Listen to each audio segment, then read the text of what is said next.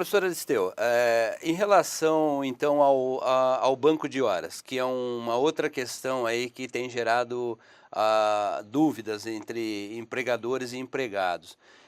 Como é que funciona essa questão de banco de horas? Porque existe a questão do acordo coletivo, do acordo individual, existe também o banco de horas, a hora extra e a compensação de horas.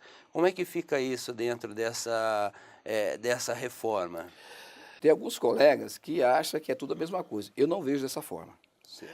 Porque o banco de horas é mais e menos. Horas a mais e horas a menos. Esse banco de horas surgiu lá em 98. E ele vem. Agora nós temos, era mais e menos, não estava na CLT banco de horas. Agora nós temos banco de horas na lei. Falando banco Certo. de horas. Então, o que acontece? Muitas vezes as empresas criam um banco de horas e só tem mais.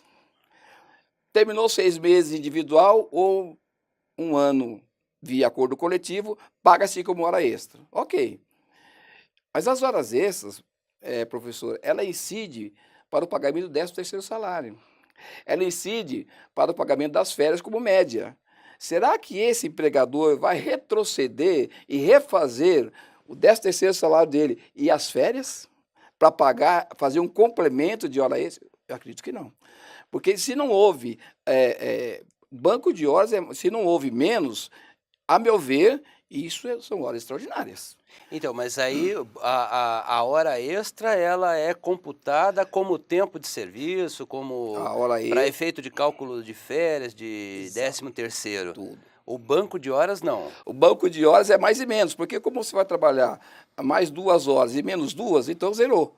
Entendeu? Agora, só trabalha mais, nunca tem menos, e chega no final do contrato, daquele banco de horas, 6 meses ou um ano, você paga como hora extra, que deve se pagar como hora extra, você pagou as horas extras. Só que ele gozou férias há 2 meses atrás.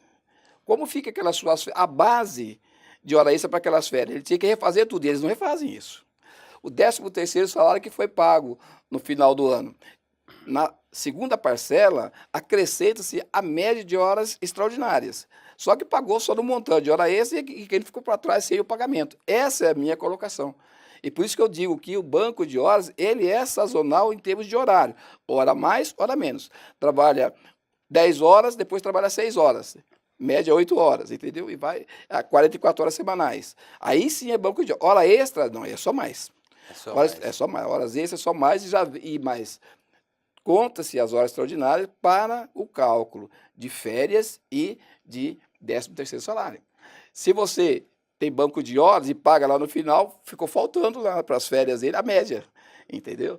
E o que é uma compensação? É isso que é um ponto importante, né? É, Porque como é que diferencia é, banco de horas de compensação de horas? a compensação, eu vejo a compensação como um final de ano. Vamos emendar do Natal do Ano Novo. Quantos dias úteis tem? 3 dias úteis. Então, nós vamos compensar esses 3 dias. É específico. Então, compensa aquele, ok. Entendeu? E aí não é nem banco de horas, nem hora extra. É uma compensação. E fazíamos muito isso, inclusive, com a anuência do próprio sindicato. A gente ia lá, homologava, o sindicato dava a anuência dele e vinha e a gente sempre fazia essa compensação. Pegava os dias úteis entre Natal e Ano, depende muito da atividade da empresa. Livros didáticos não se vendem entre Natal e Ano Novo. Então, para a empresa era interessante e para o empregado também.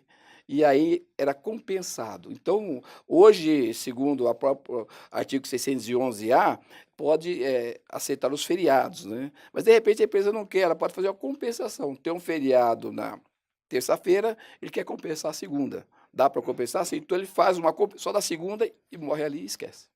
Então, como o professor Aristeu colocou aqui, é diferente banco de horas, hora extra, e a compensação de horas, né? Isso é bastante importante entender.